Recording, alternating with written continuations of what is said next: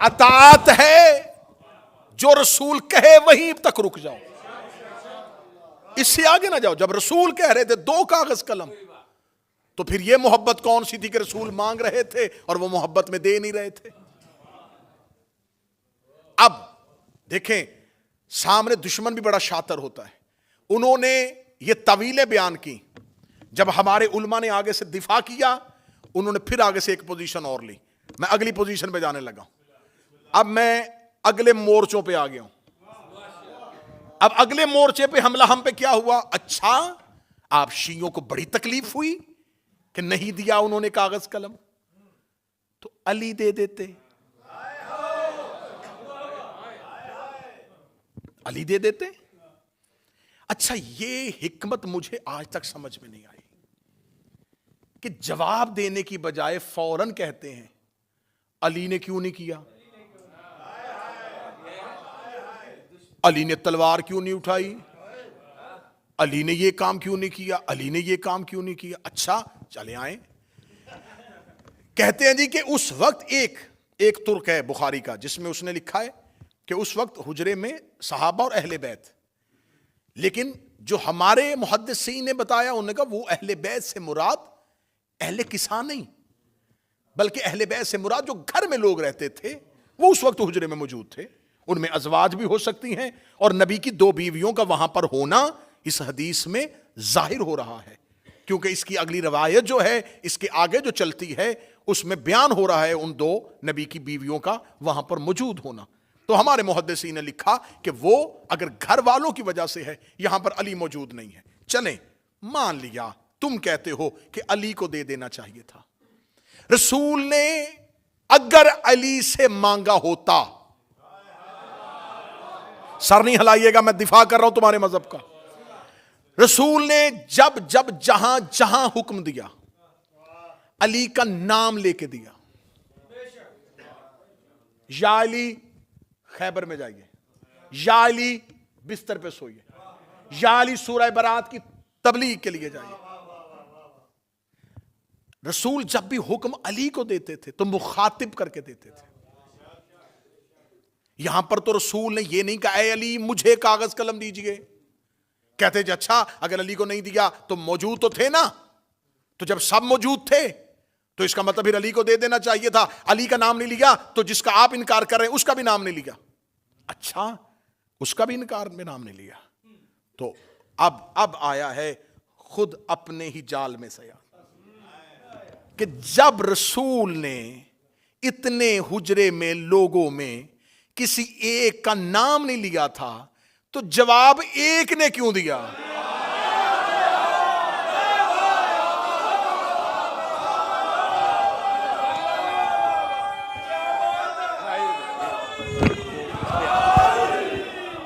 جواب ایک نے کیوں؟ معذرت.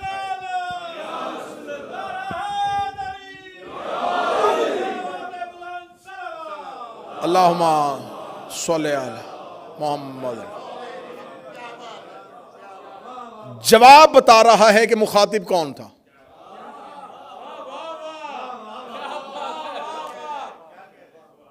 تو انہوں نے تو بول کے خود ثابت کر دیا. جب اتنے لوگ موجود تھے سارے چپ تھے، تو جب ان کا نام ہی نہیں لیا، تو جب علی چپ تھے تو وہ بھی چپ رہتے.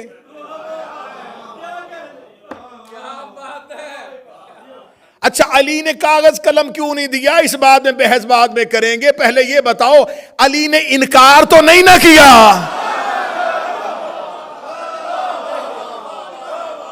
مولا علی نے معاذ اللہ نبی پہ ہذیان کی تہمت تو نہیں لگائی، تو یہ انکار کیوں کیا گیا؟ دوسری ایک اور سکالر اٹھا، اس نے کہا دیکھیں یہ بات شیعہ ذاکرین کرتے ہیں اور شیعہ علماء کرتے ہیں، لیکن انہیں یہ بتانا چاہیے اپنی قوم کو کہ جب رسول اللہ یہ حکم دے رہے تھے تو جب رسول کو پتا تھا، عالم الغیب تھے. شیعہ تو کہتے ہیں نبی کے علم غیب کے ماننے والے ہیں، تو یہ نبی کے علم غیب کے معتقد ہیں، تو پھر ان کو یہ ماننا چاہیے کہ جب نبی کو خبر تھی کہ مجھے کاغذ قلم نہیں دیں گے تو نبی نے مانگا کیوں؟ این آخری وقت میں نبی اپنے آخری لمحوں میں آخری سانسوں میں کیوں وہ چیز مانگ رہے ہیں جس کے بارے میں نبی کو اندیشہ بھی ہو کہ یہ مجھے انکار کریں گے، اس سے مجھے تکلیف ہوگی، جھگڑا ہو جائے گا، امت گروہوں کا شکار ہو جائے گی. مجمع سارا چپ بھی ہو جائے، جہاں مجھے بات پہنچانی میں وہاں پہنچانے لگا ہوں۔ جب اللہ کو پتا تھا شیطان نے سجدہ نہیں کرنا، اس نے حکم دیا کیوں تھا؟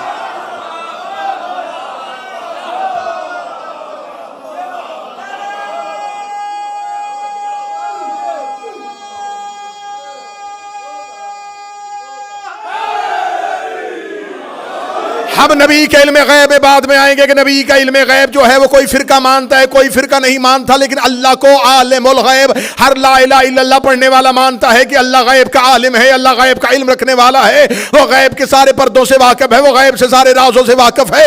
جب اللہ کو پتا تھا کہ فرشتوں کی محفل میں ایک ایسا بیٹھا ہے جس نے انکار کر دینا ہے، تو اللہ نے سجدے کا حکم کیوں دیا تھا؟ اللہ کو پتا تھا کہ اس کے دل میں آدم کا بغض ہے، اس کے دل میں آدم کے لیے نفرت ہے۔ اللہ کو پتا تھا کہ جب تک میں آدم کی خلافت کا اعلان نہیں کروں گا، اس کی دل کی منافقت زبان پہ نہیں آئے گی۔ اللہ نے آدم کی خلافت کا اعلان کیا تاکہ منافقت باہر آئے، نبی نے کاغذ قلم مانگا تاکہ منافقت باہر آئے۔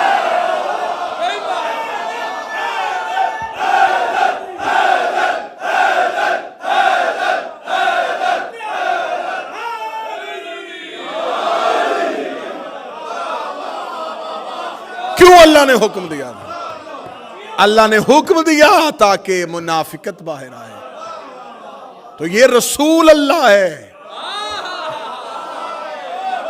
یہ رسول اللہ ہے، یہ بھی وہی کرتا ہے جو اللہ کرتا ہے، بلکہ اللہ اس سے وہی کرواتا ہے جو وہ خود کرتا۔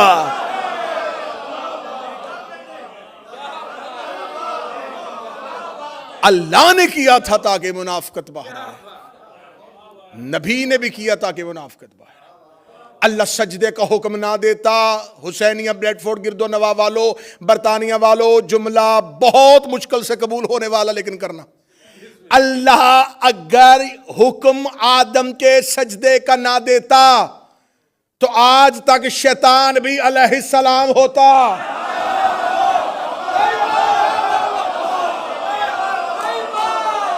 مجمع خاموش ہو گیا، میں جملہ کہہ گیا، کیونکہ وہ علیہ السلاموں میں رہتا تھا۔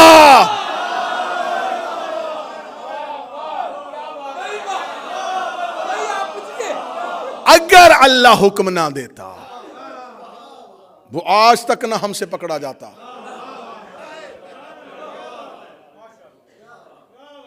اللہ نے حکم دیا تاکہ علیہ السلاموں میں ایک لعنت اللہ باہر آئے۔ تو یہ تو توحید کا منشور ہے، یہ تو الہی نصب العین ہے، یہ تو دستور الہی ہے کہ وہ مجرم کو ہمیشہ ایسے ہی پکڑتا ہے۔ پھر رسول نے کہا کہ میں تمہیں لکھ دوں تاکہ تم میرے بعد گمراہ نہ ہو جاؤ۔ اچھا، علی نے کیوں نہیں لکھوایا؟ علی کو گمراہی کا خطرہ ہوتا تو لکھواتا۔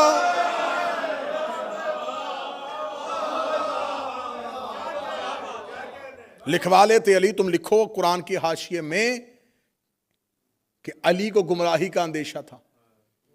علی تو معصوم ہے۔ تو رسول نے ساتھ ہی کہا تھا کہ وہ لکھوائے جس نے بعد میں گمراہ ہونا ہے۔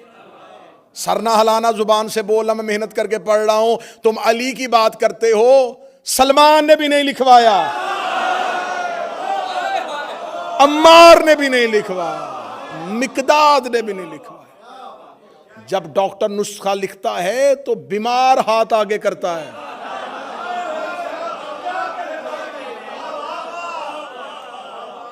ڈاکٹر ایک مریض کو نسخہ لکھ کے دے رہا اور ساتھ ایک صحت مند بیٹھ کے کہے ایک کاپی مجھے بھی دے دیں، یا وہ کھانستا ہوا مریض اس صحت مند سے کہہ دے اچھا موقع ہے، لکھ رہا ہے تو بھی لکھوا لے، وہ کہے گا میں لکھواؤں کیوں، مجھے مرض ہی کوئی نہیں، تاکہ تم میرے بعد گمراہ نہ ہو جاؤ۔ یہ پہلی حدیث میں نے پڑھ دی، یہ حدیث کرتاس۔ دوسری حدیث پھر لکھ دی بخاری نے، اب میں کیا کروں, نبی سے لکھوائی نہیں اور صحیح بخاری میں 7 دفعہ لکھ دی.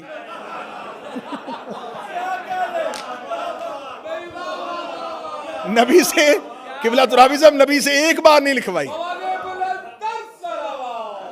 اللہم صلی اللہ, نبی سے ایک دفعہ نہیں لکھوائی اور بخاری میں بار بار لکھ دی. چلے میں, کیونکہ یہ ویڈیو کیمرے کی موجودگی میں بات ہو رہی ہے, تو یہ جو حدیث کرتاس ہے یہ بخاری میں پہلا اس کا حدیث نمبر 114 3168 دوسری جگہ پہ آئی, 4431 تیسری جگہ پہ آئی, 4432 چوتھی جگہ پہ آئی, 7366 یہ 5ویں جگہ پہ آئی ہے, 3053 اور 5669 یہ ہے 7 وہ حدیثوں کا نمبر جس میں بخاری نے حدیث کرتاس کو لکھا.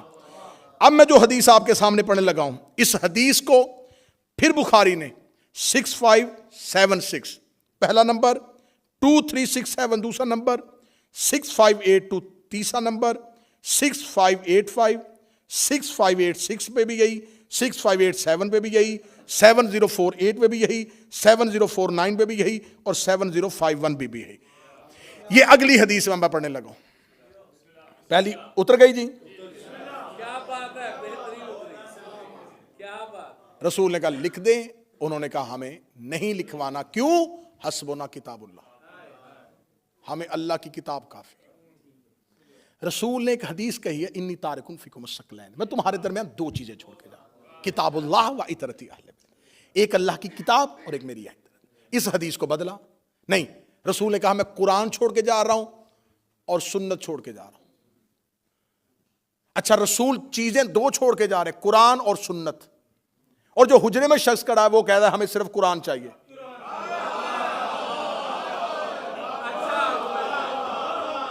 اب تم نے حدیث تم نے بدلی, ہم نے نہیں بدلی. حدیث تم نے بدلی ہے, اب تمہاری بدلی حدیث تمہارے گلے میں آنے لگی ہے. تم نے کہا نبی 2 چیزیں چھوڑ کے گئے, ایک قرآن اور ایک سنت. یہ حدیث بھی تمہاری ہے اور جو حجرے میں بول رہا ہے وہ بھی تمہارا ہے. وہ کہہ رہے ہمیں صرف قرآن چاہیے. اب سر نہیں, مجھے مجمع کی زبان سے تائی چاہیے. جب اس نے کہہ دیا تھا ہمیں صرف قرآن کافی ہے, تو تمہارا فرقہ اہل قرآن ہونا چاہیے تھا, اہل سنت نہیں ہونا چاہیے.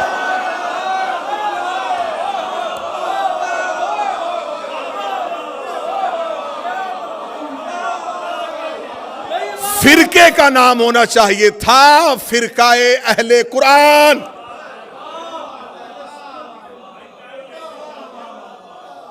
کیونکہ صرف قرآن کافی ہے, ہمیں صرف قرآن کافی ہے. پھر آج میرا اہل سنت بھائی جو اس مجمع میں موجود ہے یا جو جہاں جہاں سنے گا, آج کے بعد یا اس شخص کو ماننا یا حدیث ماننا. 2 نمبری مذہب میں تو نہ کرو کہ اسے بھی مانو جو کہہ رہا ہے کہ قرآن کافی ہے, پھر بعد میں حدیث کو بھی مانو. اگر حدیثیں پڑھنی ہیں تو پھر اسے چھوڑو. اگر اس کی فرما برداری کرنی ہے, اسے ماننا ہے, اس پر یقین رکھنا ہے, پھر احادیث کا انکار کرو. کیونکہ اس نے مجمع عام میں کہا ہے کہ حسبنا کتاب اللہ, ہمیں اللہ کی کتاب کافی ہے. دوسری حدیث میں نے پھر اس کے جو سارے نمبر نوٹ کروا دیے, یہ حدیث پھر بخاری میں آ گئی. اس حدیث کو کہا جاتا ہے عمران بھائی حدیث حوض, 2 عمران اکٹھے اور تذکرہ آل عمران کا. دوسری جگہ پہ حدیث آئی حدیث حوض. اس حدیث کے 4 ترک ہیں, 5 راوی ہیں, مختلف اسناد کے ساتھ اس کو نقل کیا گیا. اس میں لکھا گیا کہ رسول اللہ خود بیان کرتے ہیں کہ قیامت والے دن میں حوض کوثر پہ ہوں گا, یا کچھ میرے اصحاب میں سے کچھ لوگوں کو لایا جائے گا. جو ہی وہ میرے قریب آنے لگیں گے تو فرشتے ان کو حوض کوثر سے ایسے ہٹائیں گے جیسے اجنبی اونٹ کو کھیت سے نکالا جاتا ہے. وہ انہیں ہٹائیں گے, دھکے مار کے ہٹائیں گے. ایک اجنبی اونٹ, یہ عرب کی مثال ہے کہ ایک چرتا ہوا اونٹ کسی کے کھیت میں چلا جائے تو وہ پلیز کہہ کے تو نہیں اسے نکالے گا. اس کسان کو کتنی تکلیف ہوگی جس کی فصل کو ایک آوارہ اونٹ آ جائے. اب میں نہیں بیان کر سکتا کہ قیامت والے دن کیا ہوگا، بس تم اپنے ذہن میں اپنے معاشرے کی مثال رکھ دو کہ جیسے وہ نکالتا ہے ایسے فرشتے انہیں ہٹائیں گے، پیچھے کر دیں گے حوض کوثر سے. اور نبی کہیں گے میرے اللہ یہ میرے اصحاب ہیں. حدیث میں لفظ اصحاب آیا میرے پاس موجود. رسول کہیں گے میرے اللہ یہ میرے اصحاب ہیں. یا فرشتے کہیں گے یا رسول اللہ انہوں نے تیرے بعد تیرے دین کو بدل دیا تھا اور گمراہ ہو گئے تھے. بولو جو علی کے نوکر بیٹھے ہو، جو حسین کے زدار بیٹھے ہو، انہوں نے تیرے بعد تیرے دین کو بدل دیا تھا اور گمراہ ہو گئے تھے. یہ کہاں سے ہٹائے جائیں گے؟ حوض کوثر سے. یا رسول اللہ اگر آپ نے، اور یہاں پر لفظ آیا ہے کہ میرے اصحاب میں سے، شکر ہے کہ حدیث لکھنے والوں نے اصحاب لکھ دیا ہے. یہ اس علمی جرت کو سلام کرنا چاہیے کہ یہاں اصحاب لکھ دیا ہے کہ میرے اصحاب میں سے کچھ لوگ آئیں گے جن کو ہٹا دیا جائے گا. انہیں طوبہ سے نہیں فرشتوں نے ہٹایا، فرشتے پہنچاتے پہنچاتے انہیں حوض کوثر تک لے آئے. جب ان کو ہٹانا ہی تھا تو فرشتے تو معصوم ہیں، انہیں محشر کی عدالت میں پہلے ہی ہٹا دیتے. وہاں نہیں ہٹایا، طوبہ پہ نہیں ہٹایا، جہاں نامہ اعمال تل رہے تھے وہاں نہیں اٹھایا. حوض کوثر آخری چیک پوسٹ ہے جنت کے باہر.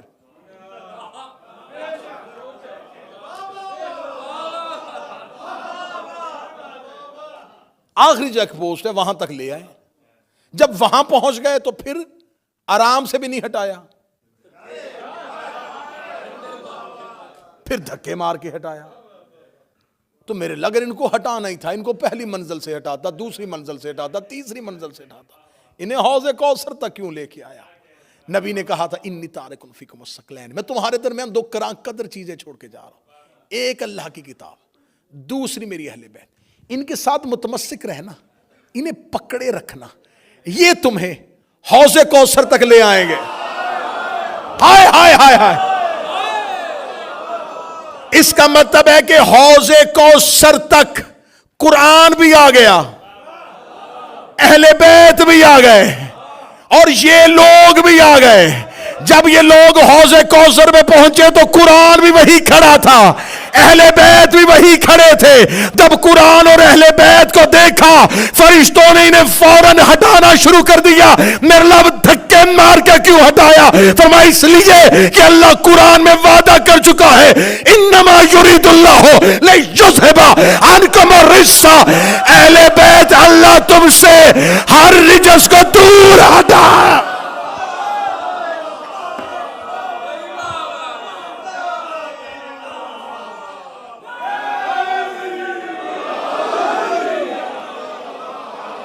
یہ ہے حوض کوثر. اس حدیث کو کہا حدیث حوض، حوض والی حدیث. حوض کہتے ہیں تالاب کو. اس چشمے کا نام کوثر نہیں ہے. ہاں سمجھنا، یہ ہے حوض کوثر، کوثر کا چشمہ.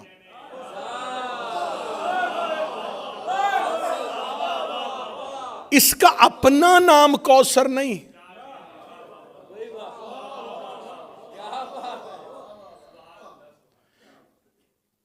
یہ ہے کوثر کا چشمہ. اس کا مطلب کوثر اور ہے،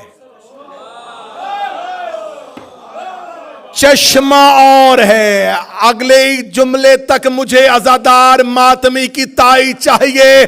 فرشتے انہیں گھسیٹ کر کوثر تک لے کے آئے تھے. خدا قرآن میں کہتا ان اعطینک الکوثر، میرا محمد ہم نے تمہیں کوثر عطا کی ہے. آئمہ اہل بیت نے کہا کوثر سے مراد ہے ہماری دادی زہرا. اس کا مطلب یہ ہے زہرا کا چشمہ، یہ ہے زہرا کا چشمہ. بندے زہرا کے چشمے سے ہٹائے اس لیے گئے کہ محبت نبی کا دعویٰ کرتے تھے، دشمنی زہرا سے کرتے تھے.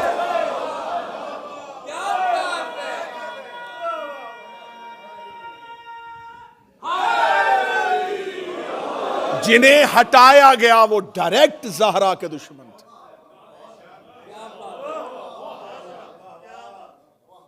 اگلی سطر بھی تمہارا ہی حق بنتا ہے اور تمہیں ہدیہ کی جائے. حوض کوثر پہ جو ڈیوٹی کریں گے، حوض کوثر پہ نبی